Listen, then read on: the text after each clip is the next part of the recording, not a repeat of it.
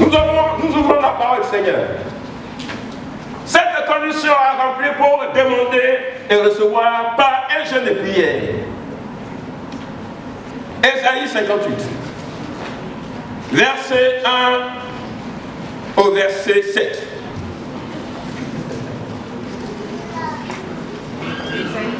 Alors, une personne lit du verset 1 au verset 4. Et dans la même rangée, une autre personne lit du verset 5 au verset 7. Ésaïe 58, verset 1. Crie à plein gosier, ne te retiens pas, élève ta voix comme une trompette et annonce à mon peuple ses iniquités, à la maison de Jacob ses péchés. Tous les jours, ils me cherchent, ils veulent connaître mes voies, comme une nation qui aurait pratiqué la justice et n'aurait pas abandonné la loi de son Dieu. Ils me demandent des arrêts de justice, ils désirent l'approche de Dieu. Que nous sert de jeûner si tu ne le vois pas, de mortifier notre âme si tu n'y as point égard? Voici le jour de votre jeûne, vous vous livrez à vos penchants et vous traitez durement tous vos mercenaires. Voici, vous jeûnez pour disputer et vous querellez pour frapper méchamment du poing. Vous ne jeûnez pas comme le veut ce jour, pour que votre voix soit entendue en haut. Oui, une personne dans la même rangée qui continue du verset 5 au verset 7. Ésaïe 58, verset 5. Est-ce là le jeûne auquel je prends plaisir? Un jour où l'homme humilie son âme, courber la tête comme un jonc et se coucher sur le sac et la cendre, est-ce là ce que tu appelleras un jeûne, un jour agréable à l'Éternel? Voici le jeûne auquel je prends plaisir. Détache les chaînes de la méchanceté, dénoue les liens de la servitude, renvoie libres les opprimés et que l'on rompt toute espèce de joug. Partage ton pain avec celui qui a faim et fais entrer dans ta maison les malheureux sans asile. Si tu vois un homme nu, couvre-le et ne te détourne pas de ton semblable.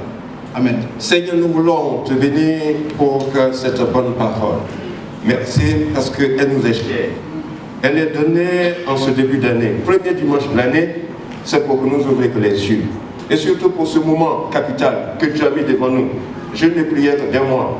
Tu veux vraiment que nous puissions demander et recevoir. Mais il y a des conditions à remplir. C'est pourquoi, Seigneur, aide chacun à la compréhension, Seigneur, de cette pensée.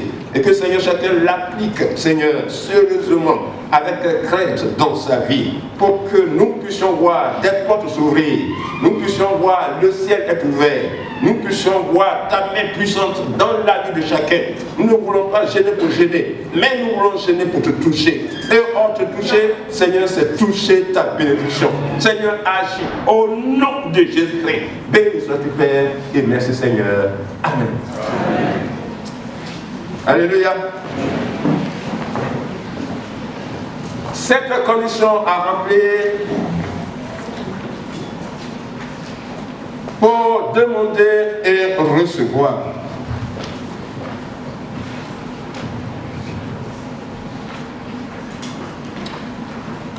Un jeûne de prière d'un mois, ce n'est pas rien. C'est s'abstenir de repas. C'est se mettre à l'écart. C'est se consacrer et prier. Avec un but précis. Parler à Dieu. Recevoir de Dieu.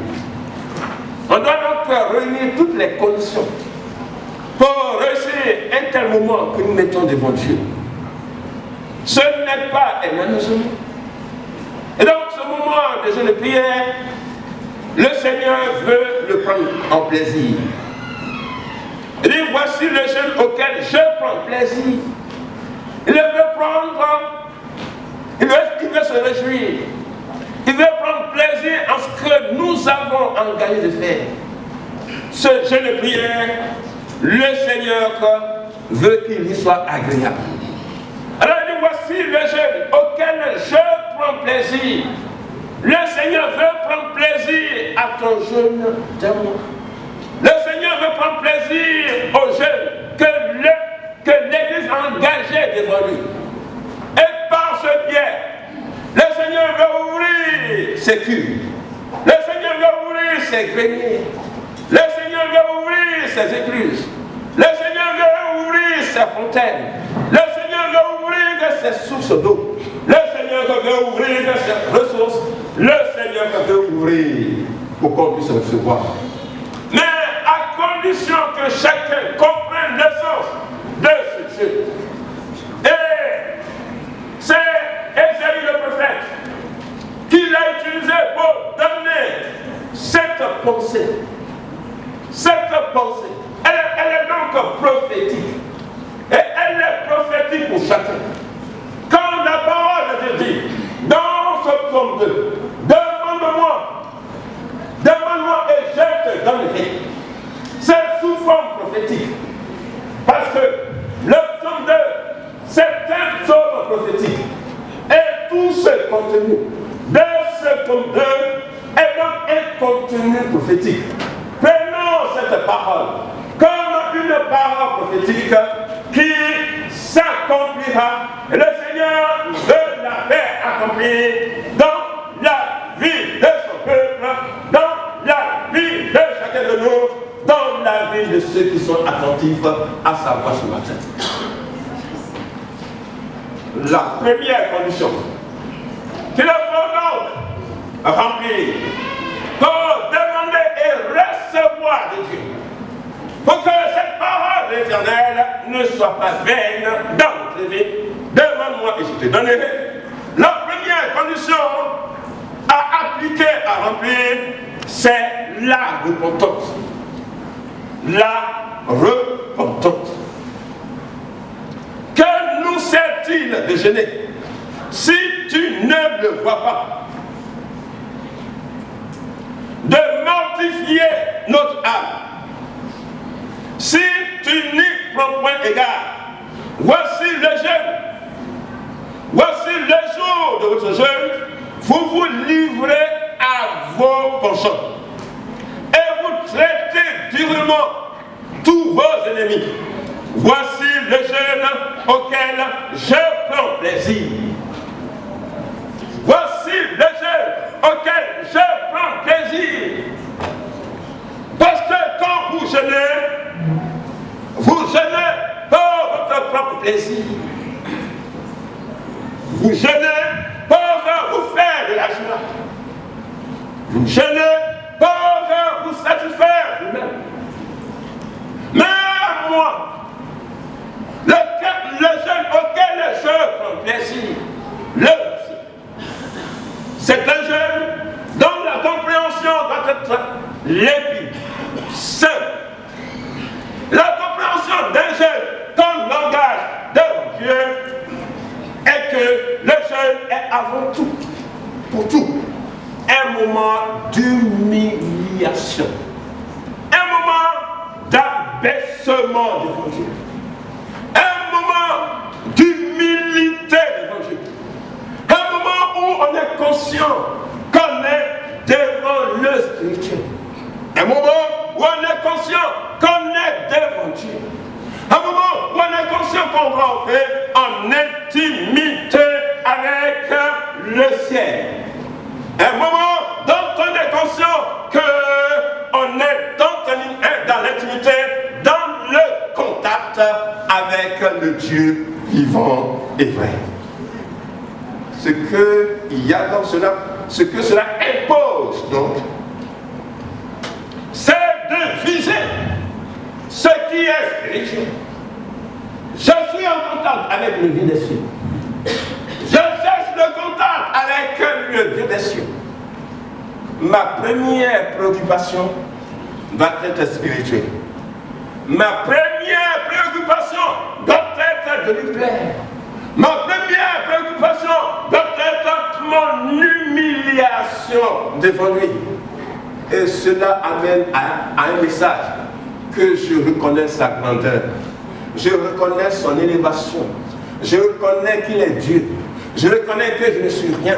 Et je dois me fondre devant lui pour que mon âme lui soit agréable et que le Seigneur puisse agir dans ma vie. Alléluia. Un jeune, lorsqu'on l'engage, il y a des priorités. La première priorité est le spirituel. Connaître ce Dieu. Entrer dans l'intimité avec ce Dieu. Ressembler à ce Dieu. Me dépouiller pour être semblable à ce Dieu. Et alors que je le cherche ainsi, cherchez premièrement le royaume des cieux et sa justice. Et alors toutes choses vous seront données par-dessus tout. Alors qu'on s'engage dans ce jeûne, notre première visée, notre premier objectif, c'est de plaire à Dieu. Alléluia. C'est que nous puissions plaire à Dieu. C'est cela le but du jeûne. C'est cela le but de notre intimité avec Dieu. Le jeûne, bien-aimé, ce n'est pas du carême. Ce n'est pas le carême. Le jeûne, ce n'est pas du ramadan. Le jeûne biblique évangélique, ce n'est pas la graine de la faim. Le jeûne biblique et évangélique, c'est un jeûne d'humiliation. Si je mets du temps à part pour prier, c'est que je reconnais ma pénitence devant Dieu et je reconnais la grandeur de Dieu pour que le Seigneur domine sur ma vie et qu'il règne davantage sur ma vie. Amen. Alléluia. Voici le jeûne auquel je prends plaisir. Quand vous jeûnez, vous vous livrez à vos penchants, à vos plaisirs. Vous traitez durement vos ennemis. Vous les traitez durement. Alors que vous dites que vous jeûnez. Non, je ne prends pas plaisir à un tel jeûne, à une telle forme de jeûne. Alors, bien-aimés, pendant ce jeûne de prière, il faut mettre de côté ses plaisirs et ses loisirs. Les loisirs qu'on aime, les films, les musiques modernes, le feu d'amour. Il y a des gens qui ne mettent pas leur feu d'amour, qui sont là, qui ne veulent pas laisser passer. Mais dis-toi que tu es dans un mois de jeûne et que la télé doit être éteinte et que les CD doivent être rangés et que les cassettes doivent être rangées. Au lieu d'être à l'écoute de la musique, au lieu d'être à l'écoute de la télévision, tu t'es engagé pour être à l'écoute de Dieu. Et Dieu veut te parler. Alléluia. Voici, vous prenez plaisir à la nourriture qu'on aime. Ce n'est pas pendant le jeûne qu'il faut manger sa nourriture qu'on aime. C'est pourquoi notre jeûne n'est pas du carême. Dans la journée, on s'abstient et le soir, on est devant un grand repas. Et à 5 h du matin, on mange d'abord pour commencer la journée. Ça, ce n'est pas du jeûne. On ne mange pas d'abord à 5 h du matin, on se remplit pas le ventre pour commencer la journée. Non. Le jeûne biblique, c'est que le soir, tu manges un peu. Avec à l'esprit les sujets pour lesquels tu t'es engagé. Parce que ça te tient à cœur. Ce n'est pas le temps, le moment d'appliquer. Ce n'est pas le moment, le temps de foutu. Ce n'est pas le temps d'une grande salade. C'est le temps de dire, Seigneur, ce problème me tient à cœur. C'est pourquoi je suis devant toi. Alléluia. Amen. Voici le jeûne auquel je prends plaisir, mais pendant votre jeûne, vous vous livrez à vos plaisirs d'intimité pour ceux qui sont mariés. Un mois de jeûne de prière, le Seigneur dit pour ceux qui sont mariés, il faut s'accorder. Pour dire que dans notre couple, dans notre maison, on ne met pas un temps pour Dieu. Alors pendant ce temps de Dieu, alors il n'aura pas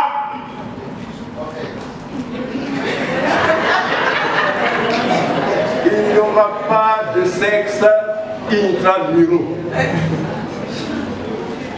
Il n'y aura pas de sexe. On s'abstient, on quitte un peu la chambre conjugale. Oui, Seigneur, il y a un problème qui nous tient à cœur. Il faut que ça soit résolu pendant ce jeu de prière. Alors, Marie, alors, chérie, tout ça, on enlève ça, on va s'engager devant Dieu. Il n'y a pas de sexe extra-conjugal. Sexe extra-conjugal, on met une croix là-dessus. On met une croix là-dessus. Le sexe extra-conjugal, c'est l'infidélité dans le couple. Pendant ce jeu de prière, il faut que ce problème d'infidélité dans le couple soit résolu, totalement résolu, profondément résolu, infiniment résolu. Pour dire que le Seigneur m'a donné mon mari, un point final, c'est tout. Je l'aime, quels que soient ses défauts, je l'aime, je ne regarde plus ailleurs parce que j'ai jeûné pour l'aimer intensément. Le Seigneur m'a donné ma femme, cette femme, je l'aime, quels que soient ses défauts, quelles que soient ses bêtises. Le Seigneur a touché mon cœur, il m'a dit ouvre les yeux et tiens la femme. Et alors quand j'ai ouvert les yeux, dès que je l'ai prise, je me suis engagé devant le Seigneur pour lui être fidèle. Alors, pendant ce jeûne, que le Seigneur me purifie de toute convoitise, de tout regard extérieur, rempli de plaisir, et je rencontre la victoire sur l'infidélité dans mon couple. Pendant le jeûne, vous vous livrez à ce que vous aimez, vous vous livrez à votre tempérament chéri. Il y a des personnes qui chérissent leur tempérament, qui chérissent leur caractère. Mais alors qu'on est devant Dieu, dans un jeu de prière, et compris l'idée qui doit nous animer, être semblable à l'image du Seigneur Jésus-Christ. Et puisque je m'engage pour être semblable à l'image du Seigneur Jésus-Christ, Seigneur, aide-moi. Ma femme m'a assez supporté. Mon époux m'a assez supporté. Et Seigneur, surtout aussi, tu m'as aussi assez supporté. Mais sur moi, le jeu de prière, Seigneur, je veux que ce tempérament de colère, ce tempérament de jalousie, ce tempérament de volcan, de caractère volcanique, ce tempérament, Seigneur, pendant ce jeu de prière, il faut que ce soit résolu, que le Saint-Esprit prenne la domination de mon être et que je sois dirigé chaque jour dans mes actes, inspiré par le Saint-Esprit que Dieu m'offre. Voici le jeûne auquel je prends plaisir. Pour que par ce jeûne, je puisse toucher ta vie. Ces genres de choses bloquent notre vie hermétiquement. Mais le Seigneur veut l'ouvrir que ce matin. Le Seigneur veut l'ouvrir que ce mois-ci. Cette année, le Seigneur veut te faire une ouverture pour te donner. Demande-moi et je te donnerai. Deuxième condition, c'est le pardon. Voici le jeûne auquel je prends plaisir. De pardon. De pardon. Il faut que le Seigneur puisse agir dans notre vie. Et que nous puissions appliquer le pardon. Verset 6. Donne-nous les liens de la servitude. Renvoie libre les opprimés. Donne-nous les liens de la servitude. Renvoie libre les opprimés. Délivre les prisonniers. Le pardon consiste à délivrer, à libérer des personnes qu'on a tenues prisonnières dans notre cœur. Parce que les relations humaines ne sont pas faciles. C'est difficile. Quand même deux jumeaux sont ensemble, c'est pas évident. Alors qu'ils se ressemblent comme un couteau. Mais c'est toujours pas facile. Quand deux frères sont ensemble, c'est toujours pas facile. Alors qu'ils sont nés du même père et de la même mère, ce n'est pas facile. pour votre raison, être dans une communauté de frères en Christ, ce n'est pas encore là facile. Mais c'est pourquoi le Seigneur nous ramène au pardon. Pardonnez-vous les uns les autres. Délivrez-vous les uns les autres. Que une personne dans une relation fraternelle, s'il y a eu quelque chose qui n'a pas marché, il faut résoudre le problème. Cela bloque les bénédictions du Seigneur. Dans le monde, les gens pardonnent. Dans la manière, dans la gouvernance, les gens gracient et libèrent les prisonniers. En Afrique, un chef d'État a gracié 3100 prisonniers. Qu'il l'ait fait tardivement, qu'il l'ait fait plus tard, l'essentiel, c'est qu'il a libéré. Ça veut dire que le monde comprend qu'il faut libérer quelqu'un. Un jour, il faut libérer. Un jour, il faudra que ton cœur soit libéré. Un jour, il faudra que tu sois conscient de libérer, de nettoyer, de rendre propre ton cœur, de faire le ménage dans ton cœur. Si le ménage n'est pas fait dans ton cœur en ce début de l'année 2016, bien levé, tu vas 1000 fois demander le Seigneur de te donner la vie.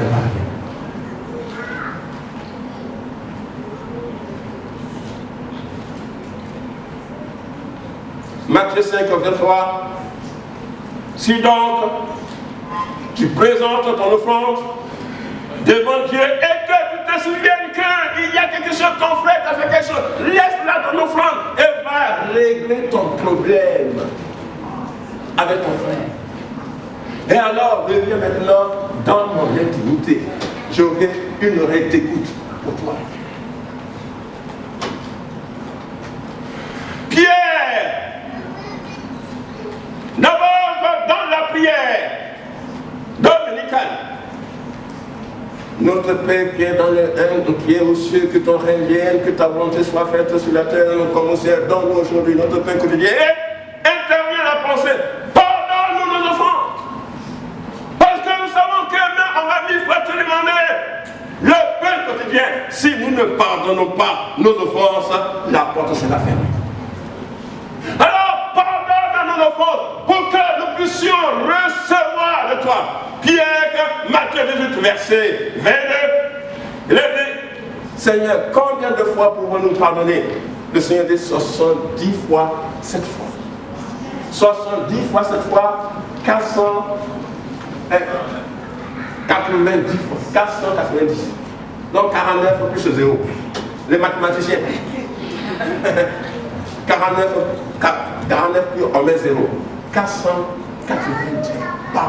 Pardonnez. Et si même la même faute revient, ne te lasse jamais de pardonner. Il faut toujours pardonner pour que le but soit atteint. Et le but qui doit t'atteindre, c'est de gagner ton frère.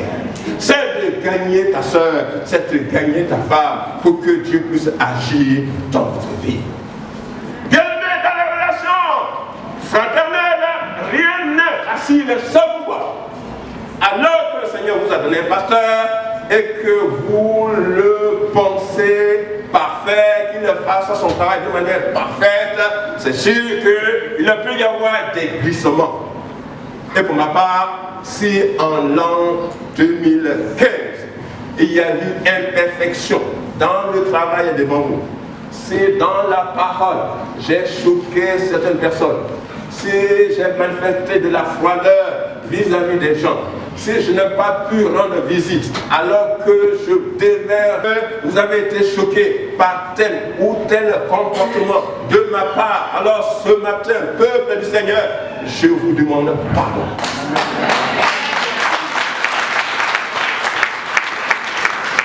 Alléluia. Je vous demande pardon. Et si vous avez constaté quelques points positifs, alors encouragez-moi sur ces points positifs pour que je puisse encore travailler de manière merveilleuse à la gloire du Seigneur auprès de vous. Le Seigneur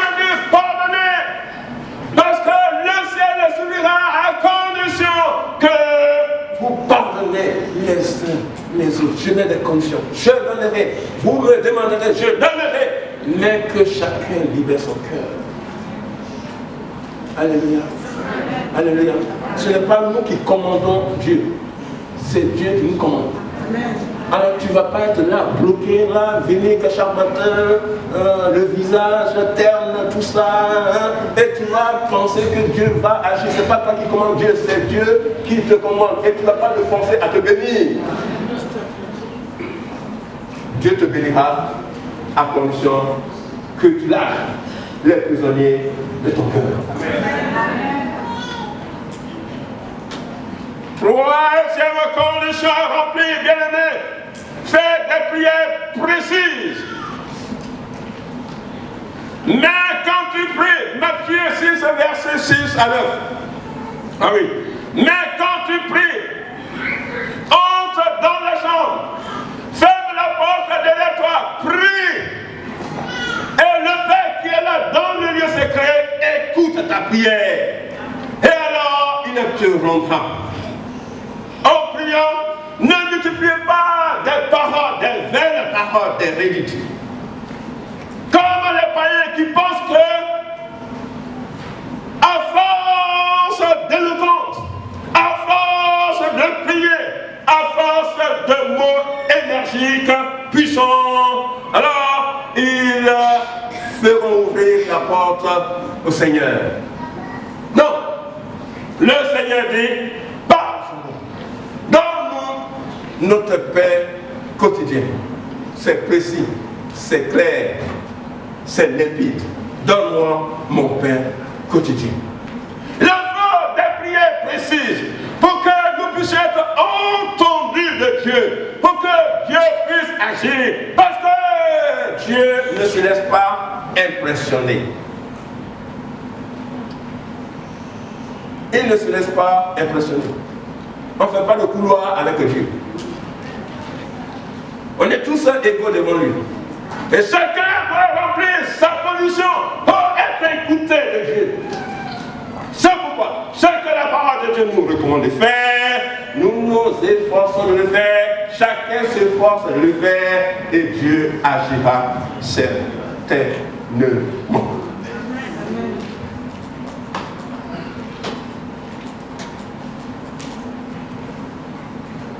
Quatrième condition à remplir. Pour être entendu de Dieu cette année, priez pour les autres. Priez pour les autres. Priez pour les autres. Ézéchiel 22, verset 30. Je cherche parmi vous un homme, parmi eux un homme qui élève un mur, qui se tienne à la brèche devant moi en faveur du pays, afin que je ne détruise pas ce pays. Priez de manière à ce que ce pays ne soit pas détruit. Intercédez. La quatrième condition à remplir pour que nous soyons entendus de Dieu, c'est prier pour les autres. Prier pour les autres, c'est la prière d'intercession. Le Seigneur nous amène dans la prière d'intercession. Celui qui intercède se met entre Dieu et la personne nécessiteuse.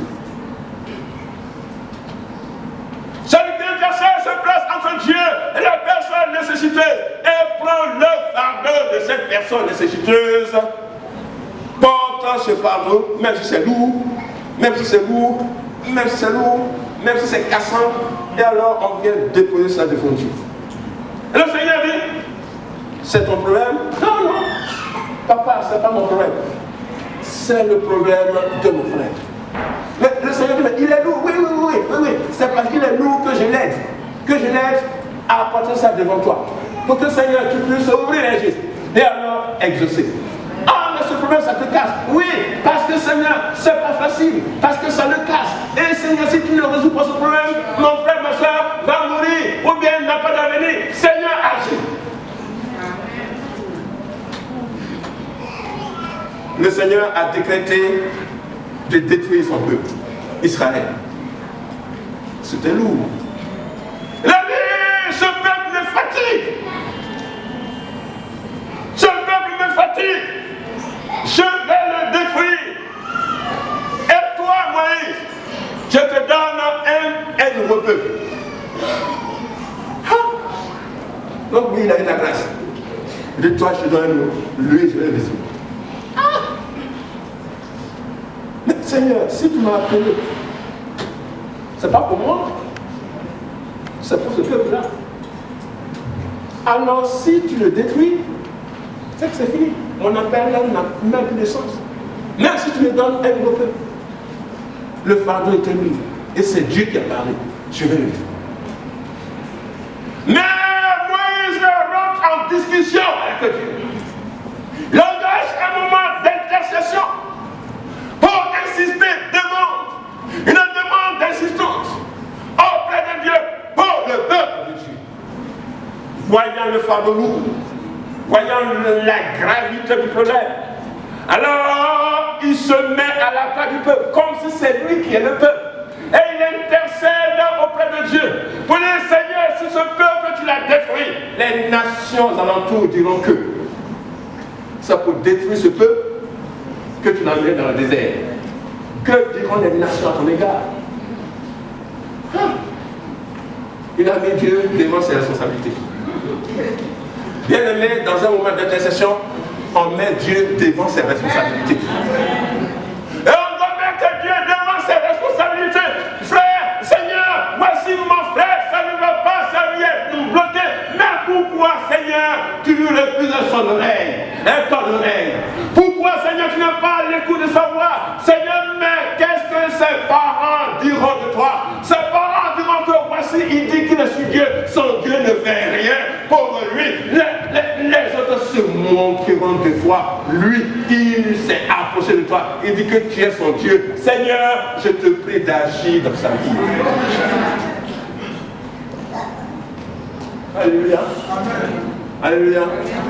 Faire une prière d'intercession, c'est s'oublier soi-même.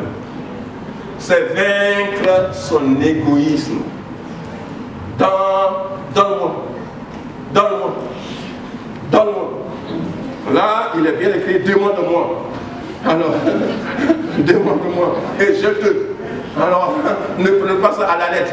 Vous dites, ah, c'est moi qui vais demander. Et c'est à moi qu'il va donner. Et donc, Seigneur, donne-moi.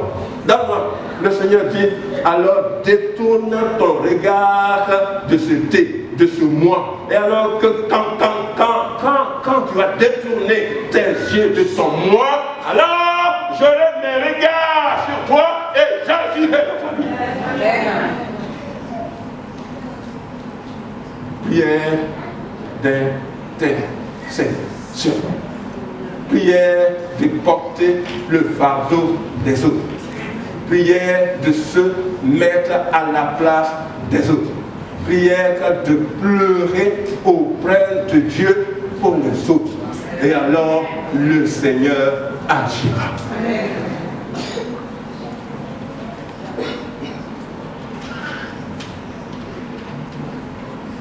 Il faut prier pour la nation dans laquelle vous êtes. Je cherche un homme qui lève devant moi un mur pour ce pays. Car votre bonheur dépend du bonheur de ce pays. Votre paix dépend de la paix de ce pays. Votre prospérité dépend de la Prospérité de ce pays. On y est. Nous y sommes. Qu'on soit d'accord avec ou pas, leurs décisions ont des conséquences sur notre vie. Que ceux qui dirigent ne soient pas de ton bord politique, mais ils dirigent quand même. Leurs décisions auront des impacts sur ta destinée. C'est pourquoi nous devons prier pour eux. Pour que le Seigneur puisse leur inspirer les bonnes décisions. Pour que le Seigneur puisse les amener à prendre les décisions qu'il faut. On ne regarde pas à l'homme, on regarde à Dieu. Et alors qu'on regarde à Dieu, le Seigneur va faire son travail. On se plaint pour le mariage pour tous. Mais combien ont prié avant l'adoption de cette loi? 6 mois, voire 1 an pour discuter cette loi. Combien ont fléchi les genoux devant Dieu pour que cette loi n'arrive pas à sa finalité? Je cherche un homme, je cherche un peuple, je cherche une femme, je cherche de la jeunesse qui se tienne devant moi pour ce pays, pour que je sois favorable à ce pays. Prions pour la France. Prions pour les autorités de la France. Prions pour le maire de notre commune. Prions pour les élus. Prions pour ceux qui sont en charge des lois de ce pays. Et le Seigneur agit.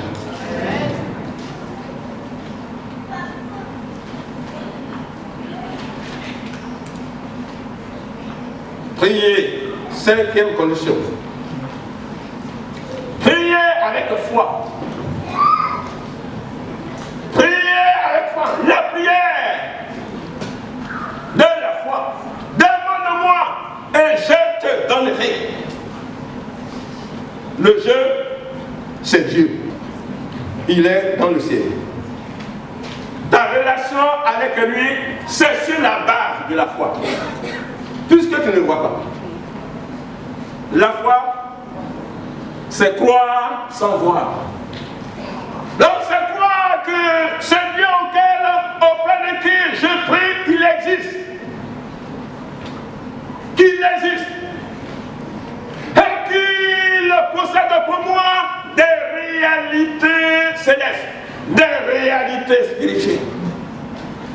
Et puisque je crois en lui, et que je crois qu'il est dans un monde spirituel, auprès de qui il y a des réalités spirituelles dont j'ai besoin sur la terre. Alors je crois que ce Dieu existe, et par ma prière, je crois qu'il rendra pour moi visibles les réalités invisibles.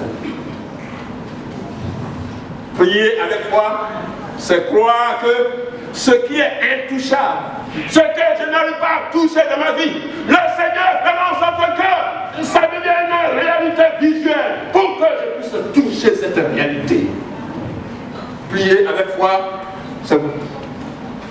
c'est comprendre, c'est croire que le diplôme qui est devant moi, que je n'ai pas encore vu, que je n'ai pas encore vu, le chômage que je vis, mais l'emploi qui est devant moi,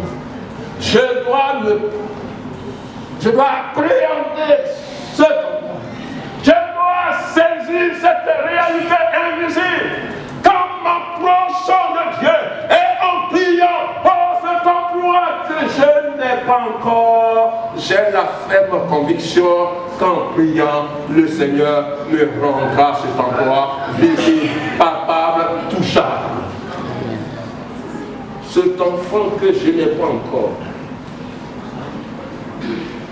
dans l'absence, ne me préoccupe pas la joie. Dans l'absence, Enlève la joie. m'enlève la joie. Seigneur, que je puisse faire. Je refuse de moi. Je refuse devant toi, mon Dieu. Je refuse devant toi, mon Dieu, d'être Une plante sèche. Seigneur, il me faut la joie de posséder un bébé qui crie dans ma poitrine. Seigneur, tu es Dieu et tu le feras. La foi, c'est quoi que ce qui n'est pas encore sera là. Parce que je vois que Dieu Est dans les cieux et qu'il domine sur toute réalité et qu'il a les possessions infinies et qu'il peut agir, il entend et il exauce. Et c'est pourquoi toutes les nations viennent à lui pour recevoir. Nous avons engagé ce mois de jeûne et prière, c'est croire que ce que nous n'avons pas encore, nous l'aurons avec Dieu parce qu'il est dans la domination, il règne, et puisqu'il règne, alors il nous donnera. Amen. Alléluia. Amen. Alléluia. Amen. Le Seigneur m'a fait danser. Le Seigneur m'a fait danser le 1er janvier. Le premier jour. J'ai dansé. Je l'ai loué. Et j'ai dit, mon Dieu, tu es formidable. Dis ce matin, mon Dieu est formidable. Dis ce matin, mon Dieu est formidable. Dis ce matin, attention, mon Dieu est formidable. Dis ce matin, la commission, mon Dieu est puissant. Dis ce matin, mon Dieu règne dans les cieux. Dis ce matin, mon Dieu règne sur la terre. Dis ce matin, mon Dieu est un règne. Il a le règne royal. Alléluia. Alléluia. Alléluia. Alléluia.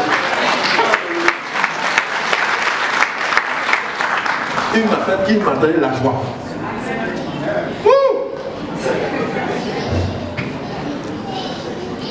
Je donne actuellement un sujet de prière très délicat pour lequel nous prions.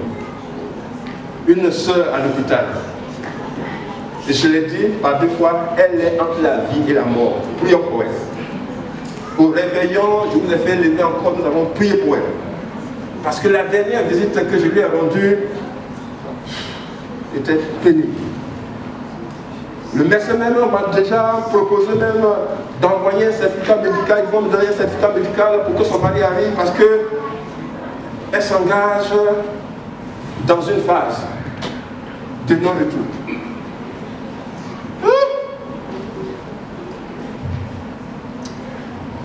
Un frère qui est parti la voir après moi, ils lui ont donné le certificat médical. Envoyez ça à vos pasteurs. Parce que pour nous, la phase de non-retour va commencer. Et en réveillant, le frère est venu me voir et dit voilà ce que le médecin a dit. Il dit oui, je sais ça déjà. Il dit voilà. Je n'ai rien dit, je ne l'ai même pas lu, je l'ai mis dans mon sac. Le premier, il dit bon, je ne vais pas te la voir. C'est sûr que les jours qui viennent, je vais annoncer la nouvelle difficile au peuple de Dieu. Et puisque la sœur n'a pas de parents ici, on va donc commencer à faire ce qu'on va faire. Et en route, j'étais en communication avec une de mes sœurs du conseil. Je lui ai présenté la situation, alors que j'étais au volant. On en a parlé. Mais pasteur, il faut faire ça, il faut faire ça, il faut faire ça, parce que là, c'est difficile, c'est comme je dis. Je vais la voir, je ne sais pas quelle situation je vais trouver, on verra. Et là, j'arrive. Bon, j'ai salué. Je suis entré, elle ne parlait plus. Quand on dit la personne, elle ne parlait plus. Elle ne parlait plus. Je suis entré dans sa chambre, ses yeux clairs, limpides. Elle prononce une voix magnifique, Papa pasteur. J'ai dit quoi?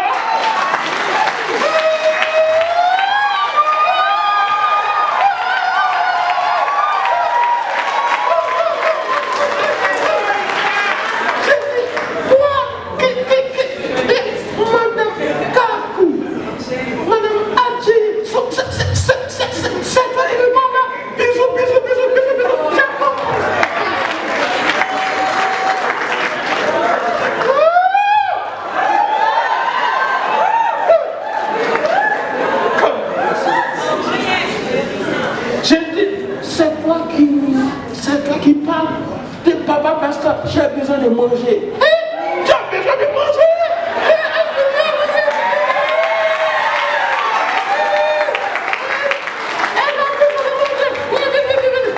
Tu veux manger comme ma fille comporte. Il y a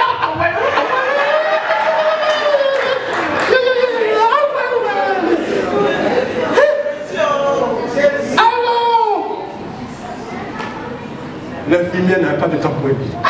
Les gens sont tombés insensibles. C'est moi qui ai donc ouvert.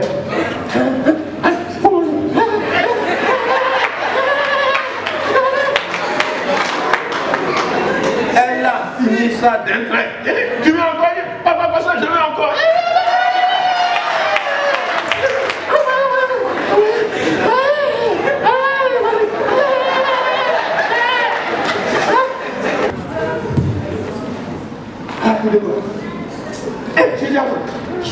appeler ton mari.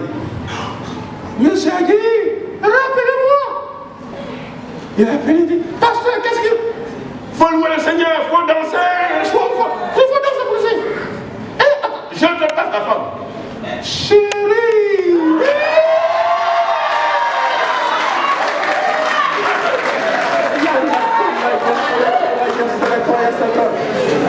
Notre Dieu est puissant. Notre Dieu est puissant. Notre Dieu est puissant. Notre Dieu est puissant. Alors là, il me demande, mais pasteur, qu'est-ce que les médecins disent? Il dit, monsieur Agueyi, ce n'est plus un problème de médecins. Les médecins ont été là pour prononcer ce qu'ils ont à prononcer. Maintenant, Dieu a commencé à mettre son plan d'action. Dieu a commencé à travailler. Dieu a commencé à... Monsieur Agueyi, ne me parle plus de médecin au téléphone, ne me parle plus des traitements de médecin au téléphone. Il faut maintenant parler de la grâce de Dieu qui a commencé, de la puissance de Dieu qui a commencé, de l'autorité de Dieu qui a commencé, de la domination de Dieu qui a commencé, de la guérison de Dieu qui a commencé, de la santé de Dieu qui a commencé. Amen.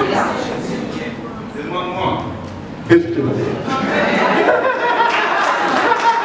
Demande-moi la santé. Et je te le dis. Demande-moi la guérison. Et je te le dis. Amen. Et dis, Seigneur, tu m'as donné la joie.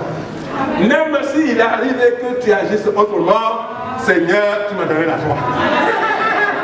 Tu m'as donné la joie. Et tu donnes la joie à ton peuple. Amen. Tout est possible, Seigneur. Et tout sera possible, Seigneur. Et tout est possible, Seigneur. Alors, 5e point, être joyeux. Être joyeux. Matthieu 6, verset 16 à 18. Quand vous jeûnez, ne prenez pas un air triste, comme les hypocrites. Mais quand vous jeûnez, parfumez votre tête et lavez votre visage. Ne montrez pas le visage triste. Savonnez-vous. Nettoyez-vous. Faites votre belle et magnifique toilette. Ne prenez pas le visage d'un petit malheureux. Triste.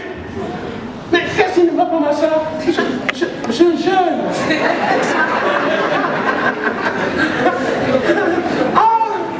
Je suis faible parce que je jeûne. Faut pas dire ça. Faut belle toilette, tout ça magnifique. Il faut être joyeux. Dans le jeûne, la tristesse n'a pas sa place. Il faut vaincre la tristesse. Alléluia. Soyez joyeux, prenez que mon Dieu est puissant, mon Dieu est réel, mon Dieu est dominateur, mon Dieu est rédempteur. Ce pourquoi je suis engagé dans ce jeûne, le Seigneur le verra. Ce fardeau lui appartient. Il ne m'appartient pas, il lui appartient. Amen.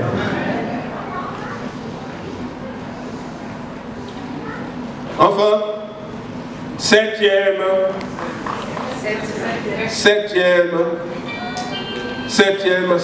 condition à remplir, faire une action de grâce. Faire une action de grâce, de partage. Verset 7 de notre chapitre. Partage ton pain avec celui qui a faim. Fais entrer dans ta maison les malheureux, sans asile. Si tu vois un homme nu, alors couvre sa nudité. Et ne te détourne pas de ton semblable. Partage ton pain. Pendant le jeûne de prière, fais un acte de reconnaissance envers les hommes. Et un acte de reconnaissance envers Dieu. Puisque tu veux que Dieu te soit favorable. C'est pourquoi tu t'es engagé dans cette lutte, dans ce combat devant lui. Alors, il faut poser des actes. Si demander, donne. Si demander, nous met dans une condition de recevoir celui à qui tu demandes, qui est Dieu. Il faut lui être reconnaissant en lui apportant tes biens. Puisque tu désires qu'il te soit favorable, et puisque tu désires qu'il te soit favorable, alors il faut poser un acte qui puisse toucher son cœur.